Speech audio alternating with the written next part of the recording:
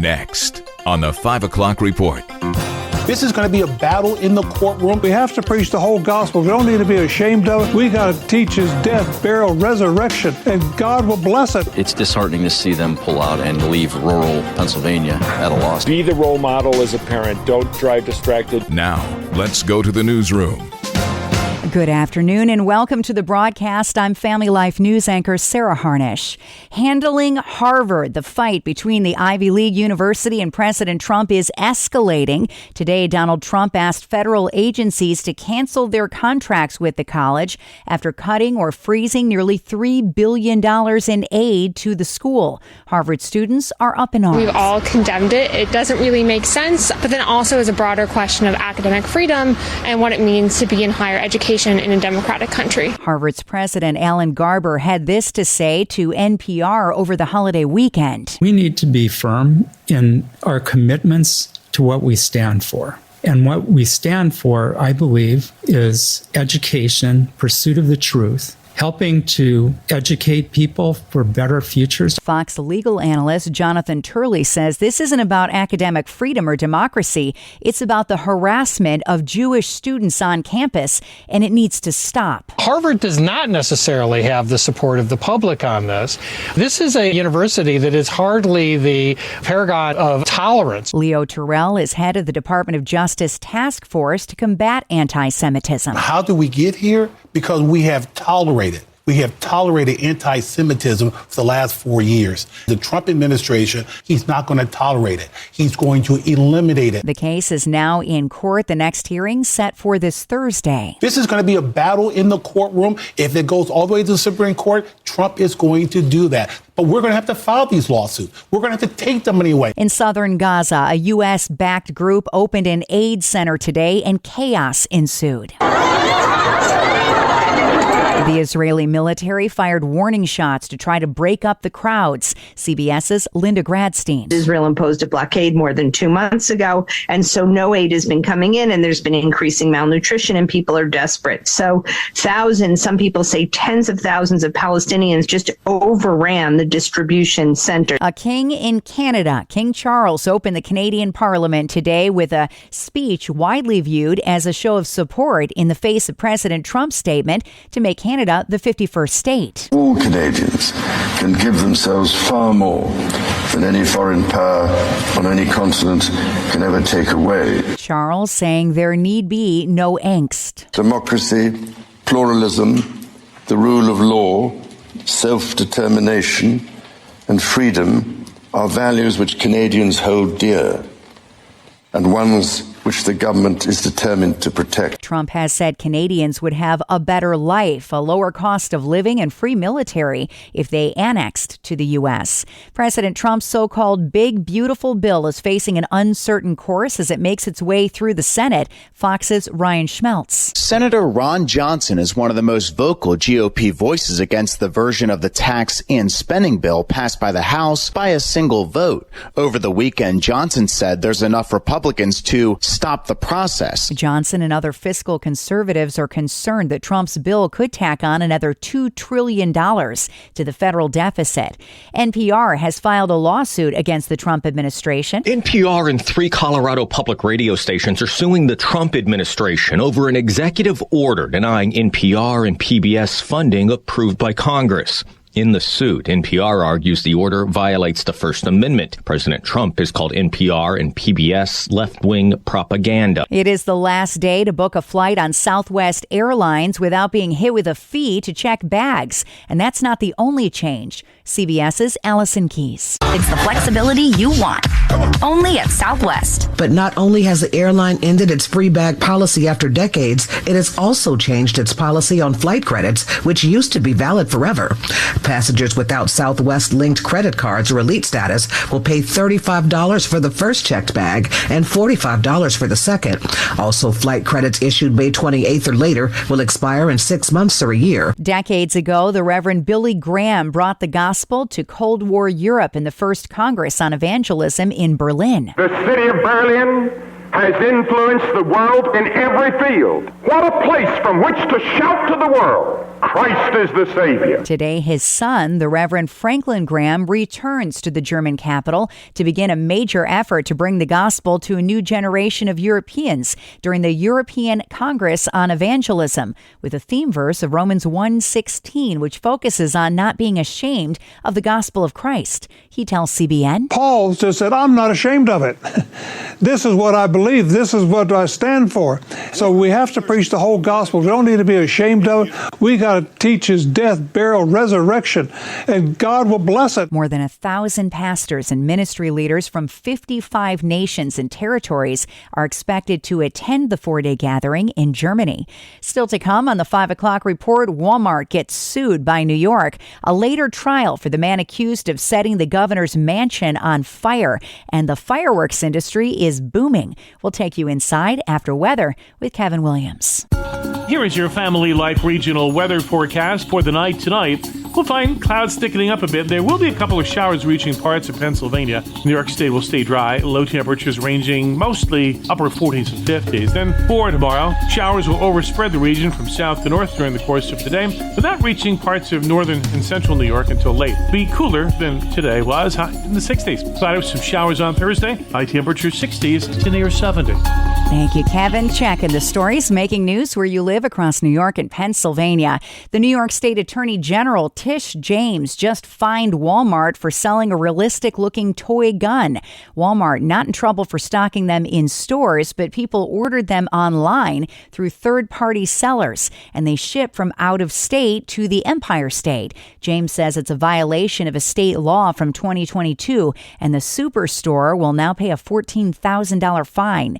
In the Keystone State, the case against the man accused of setting fire to the Pennsylvania governor's mansion has been delayed. An update from Family Life's Mark Webster. Yeah, the suspect, Cody Balmer, had been scheduled to appear in court tomorrow for a hearing to determine whether prosecutors have enough evidence to proceed to trial. But Balmer's public defender says the hearing will be postponed because Balmer is receiving mental health treatment. Balmer, accused in the arson attack hours after Governor Shapiro and family members marked the Jewish Passover at the residence, told police he'd planned to attack the governor with a hammer if he found him in the mansion. No one was injured, but the fire caused millions of dollars in damage and prompted a revamp of security protocols there. Mark Webster, Family Life News. He'll next appear in court on August 20th. Pennsylvania State Senator Wayne Langerholk is speaking out against Penn State's decision to close 7 branch campuses. It's disheartening to see them pull out and leave rural Pennsylvania at a loss here. So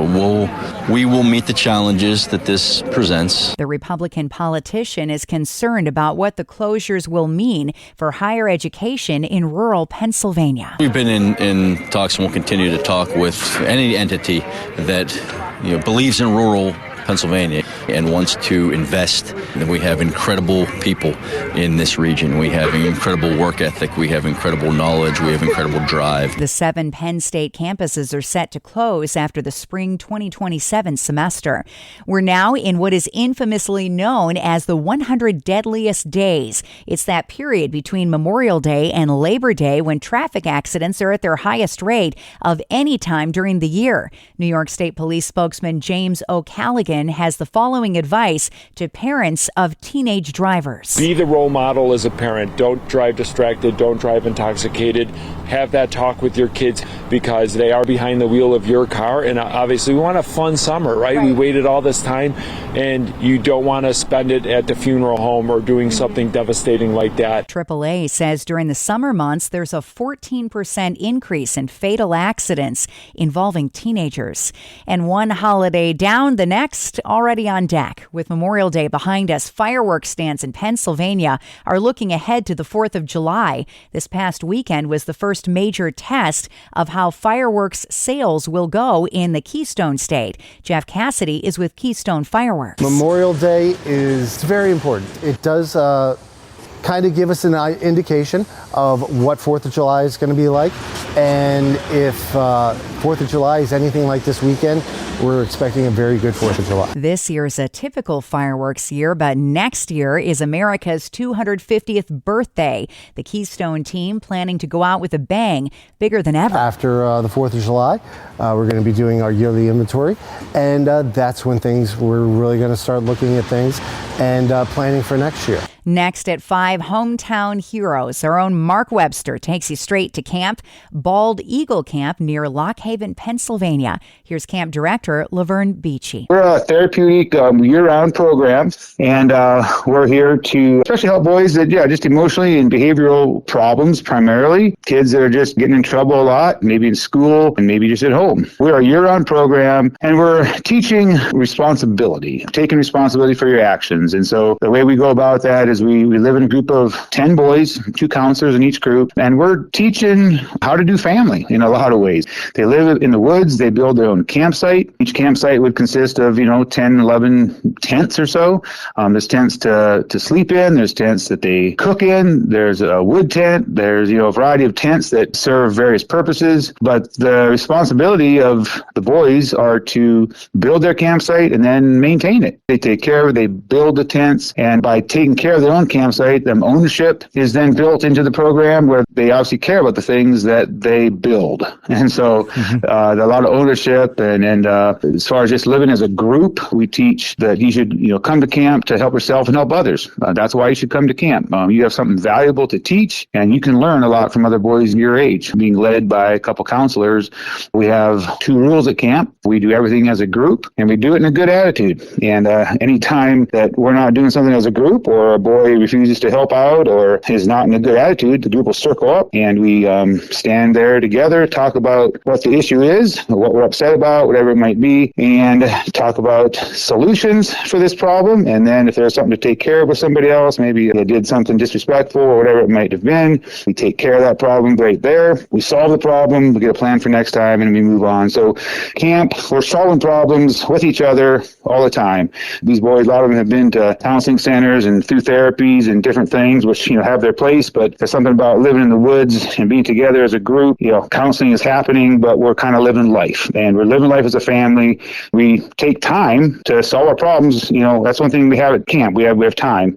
Unlike a lot of our, homes and so forth, at home, we have jobs, we have school, we have things we're doing. And so at camp, we can just stop and circle up, identify the problem, talk about the problem, and get back on track. Check out the rest of the Hometown Heroes interview, along with the rest of Family Life's original features at Apple Podcasts, Spotify, YouTube, or at familylife.org. 100 years from now, no one is going to remember how many possessions you had. Hi, I'm Rob West with another Faith and Finance Minute. God wants us to enjoy life, but someday the life will be over. As the Apostle James said, you are a mist that appears for a little while and then vanishes. So, what are you going to do with the time you have left? You could pour your life into acquiring things, but you can't take them with you. You could strive to make a name for yourself, even become famous, but that doesn't last either. Or you could invest your time and your resources in things that have eternal value. As British missionary C.T. Studd wrote more than a century ago, only one life 'twill soon be past, only what's done for Christ will last. Connect with a certified Kingdom advisor who's been trained to deliver financial advice that aligns with your Christian values by visiting our website, faithfi.com. Coming up on the 5 o'clock report, where is Noah's Ark? One archaeology team just might know. Our own Mark Webster breaks it down after weather. I'm Kevin Williams, and here is your Family Life regional weather forecast. Although the last couple of days have generally been fairly pleasant, doesn't mean we're out of the pattern that has brought us some cool, wet weather this month. Another disturbance is on the way. It'll do just that, bringing us some showers and cooler weather later in the week. And for the night tonight, we'll find clouds thickening up a bit. There will be a couple of showers reaching parts of Pennsylvania. New York State will stay dry, low temperatures ranging mostly upper 40s and 50s. Then for tomorrow, showers will overspread the region from south to north during the course of the day, but not reaching parts of northern and central New York until late. Be cooler than today was, high in the 60s. Cloud with some showers on Thursday, high temperatures 60s to near 70. All right, Kevin, finally at 5, researchers think they might have found one of the best-known objects in the Old Testament. Here's Family Life's Mark Webster. It's a tune every Sunday school kid knows. But where did it wind up after he built it? This isn't the first time researchers have claimed they've found Noah's famed ark, but a team working in Turkey says they have good reason to believe they've found its resting place, telling News Nation. It's in the mountains of Ararat, just like Genesis 8:4 says in the Bible. We have a shape of a ship, and then when you look at the size of it, it is exactly 300 Royal Egyptian cubits. That's what Moses wrote in the book of Genesis. Plenty of skeptics remain over the claim, but researcher Andrew Jones says their evidence so far is compelling, so they'll keep probing what they think is the final resting place of Noah's Ark. Mark Webster, Family Life News. And that's the world that we live in for Tuesday, the 27th of May. I'm Sarah Harnish, and this is the 5 o'clock report on Family Life.